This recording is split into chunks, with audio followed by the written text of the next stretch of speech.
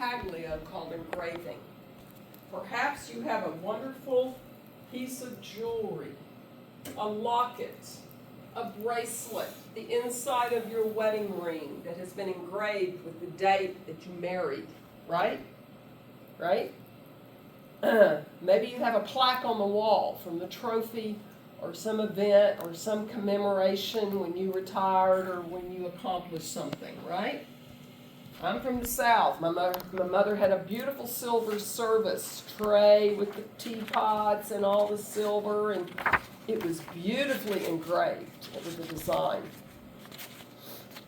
If I took that tray and I inked it up with black ink, and then I took a real soft white cloth and wiped it all clean, that black ink would collect down into the engraved lines. If I put a piece of paper over it and put pressure on it and pulled it off, what would I have? Engraving. I would have exactly what that design looked like in that silver. Okay? So we can all make our own engravings if we really wanted to. If we had something engraved, a piece of metal, some black ink, a cloth, piece of paper, pressure, there it is. Okay? Engraving. Paint work on that? Pardon me? With paint work, black paint? It has to be thick. It has to be like a gel-like thickness, right? And printmaking inks are made for that purpose because they're the perfect consistency. Water-based or oil-based. But just know that engraving means to incise in a piece of metal. The matrix is metal, okay? It could be zinc, it could be copper, it could be silver. And you all know from your beautiful new cars how aggravating it is when somebody decides to take their key and go all the way down the side of your car, right? Or just by some virtuous act of nature, the tree limb falls on it, right? When the metal is scratched, it shows and it makes an indentation. Sometimes it scratches all the way through the primer and the poly coat, and you have to go and have it reprimed, and you want to protect your car from rust, right? So we can relate to the idea of scratched metal, right? So that's what engraving is. Here is an example. Battle of 10 Naked Men. This is a work from the Renaissance. Antonio Palladio was trying to show off his knowledge of the physical anatomy of a human body in different foreshortened views. Men battling. And this technique of showing the male body as if there were no skin is called écorché. And it was a technique that the Renaissance artists were showing to, kind of show off what they knew about anatomy. They were proud of it. And so, think about how long. He spent 5 years engraving a 15 by 23 inch piece of metal with all of these bodies. And then look at the negative space. All of the patterns. It's like a tapestry. It's an engraving. Know it as an engraving. Now, if I asked you to identify this, everybody, the category is intaglio, the type is engraving. You got it? Half point, half point. It's not relief, it's intaglio, and it's engraving. Got it? Next up is the sister to engraving called dry point. The only difference is a different kind of tool is used to scratch the metal. It's a tool that leaves a burred edge instead of a clean edge. Rembrandt preferred to do dry points because he liked the variation in line quality that he got. And it makes sense. If you scratch metal with a tool that leaves a raised edge and then you ink it and print it, it's going to have some irregularity, isn't it? When an engraver engraves on a piece of metal, you know what they do? The metal has to move. The burren scratching into the metal leaves a shaving, and the engraver clips it at the end of every line and gets rid of it. The dry point tool does not make a shaved trimming. It just moves it and makes a raised surface. A burr is what it's called. Okay, so if I asked you to identify this, you're going to tell me intaglio is the category and dry point is the type.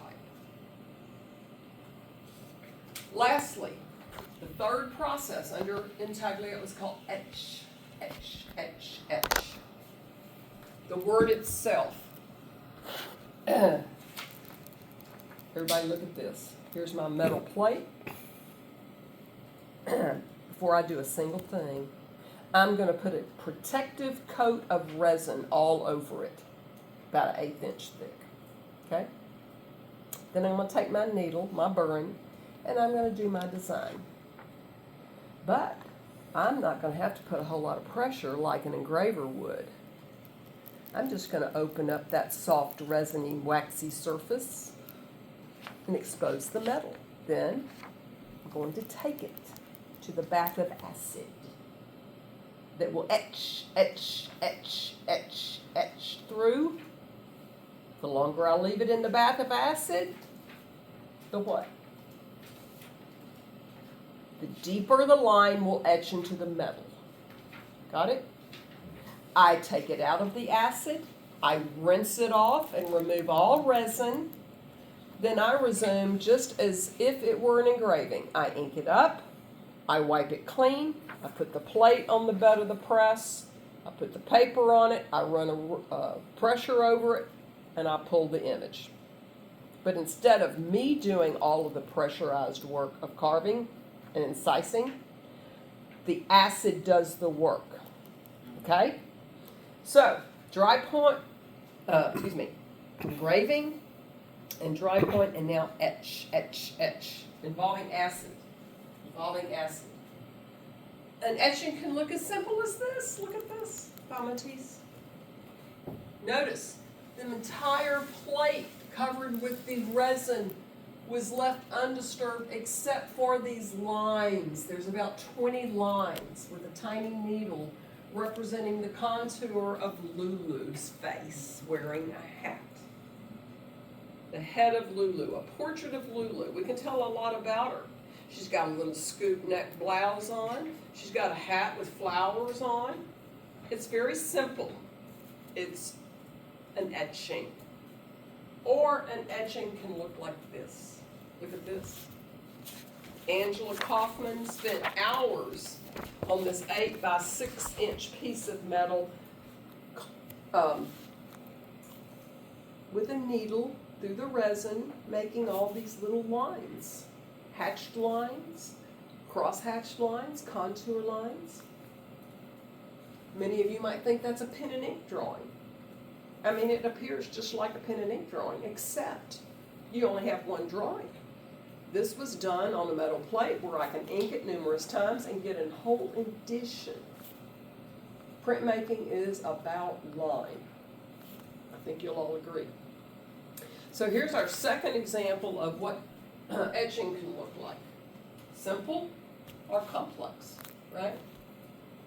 Quickly, mixed media. We know that contemporary artists like to work with mixtures of media. This is another piece that has a history. I want you to read on your own about Hung Lee, who she was, why she has represented these women with these Mahong block prints of contemporary Chinese women. And she's using etching with mixed media. The mixed media portion are these wooden blocks that have been attached to this print of Chinese women from history during the Revolution who were taken, and because they had grown up with bound feet, they were of no use working in the fields, therefore they were forced into prostitution. Hung Lee is a professor of art in the United States. She immigrated here, I think back in the 60s. 10 years later, she returned to her home country of China and discovered all these ancient photographs of the women and people that had been imprisoned during the Chinese Revolution years earlier. And she of course, could not show something like this in China. She would certainly be imprisoned, if not worse. But she doesn't live in China, she lives here. She's a professor at Mills College, and she has a lifetime of work honoring those women without names who lost their freedom, forced into prostitution because they couldn't walk, because of the tradition of binding of feet. Therefore, they couldn't go to the field and work. It's kind of a sad story, but it's a photo etching. Last up, I'm not going to hold you accountable for mezzotint or aquatint. There is such a technique called soft ground etching. You probably have looked at a business card with raised details on it, where the paper is embossed. That's known as soft ground etching. Next up, in the last minutes of class, drawing with a greasy oil marker on a piece of limestone. That's hard for us to conceive, but that is what lithography is. A piece of limestone ground very smoothly, cut to whatever size, 8 by 10, 10 by 12, 18 by 24, it's about 3 inches thick, and it makes a beautiful vellum-like drawing surface. This is a lithograph poster. Great criticism, Coca-Cola. This is a lithograph print called The Mothers by Kathy Kollwitz. We learned about Kathy Kollwitz back when we studied the charcoal drawing medium. And remember the self-portrait where her arm was just a bunch of quick marks? Kathy Kollwitz,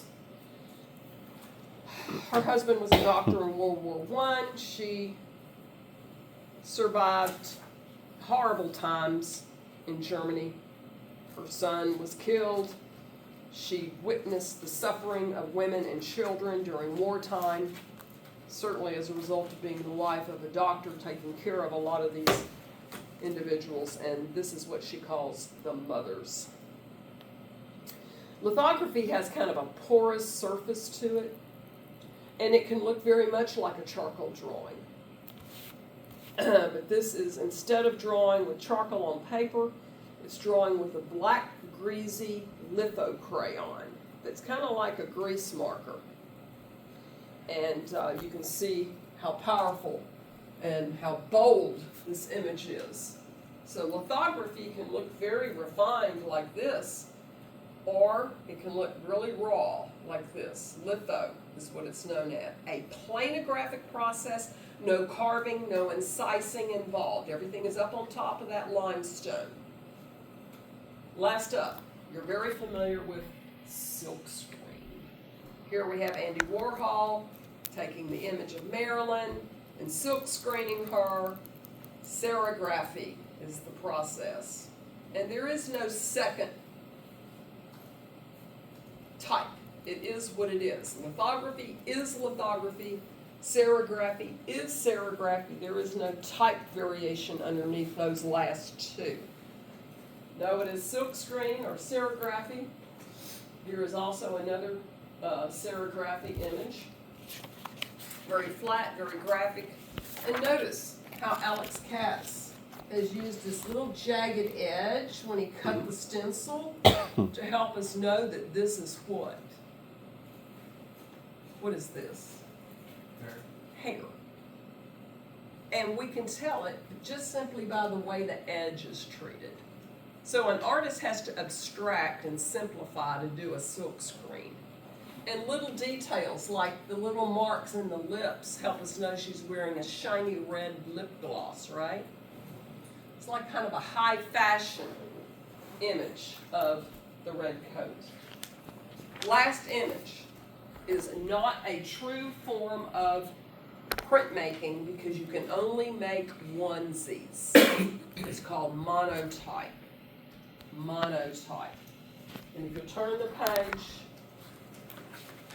to the last picture in chapter 9, I can't believe we got, well, it's not, there's some other images, but this is what we're going to close with today. Monotype, we have the Impressionist artist Edgar Degas. Now just imagine this. I'm in the bottom of the orchestra pit, looking up at the stage, at the ballet instructor and the dancers. I have a piece of glass. I have some brown ink. I'm going to paint on that glass with that brown ink. And then I'm going to take a cloth and kind of wipe away areas. I'm going to scratch into areas. And when I get it just like I want it, I'm going to put a piece of paper over it and transfer the image. But I can only do it once. Okay? It's called a mono, meaning one. Okay? And that's why it's not listed in those 4 categories, because it is not a true method of image multiplicity. You can just get one. Okay? Not that it's not valid. I mean, it's fun to paint on plexiglass. When we teach this in our printmaking classes, we don't use glass, we use plexiglass.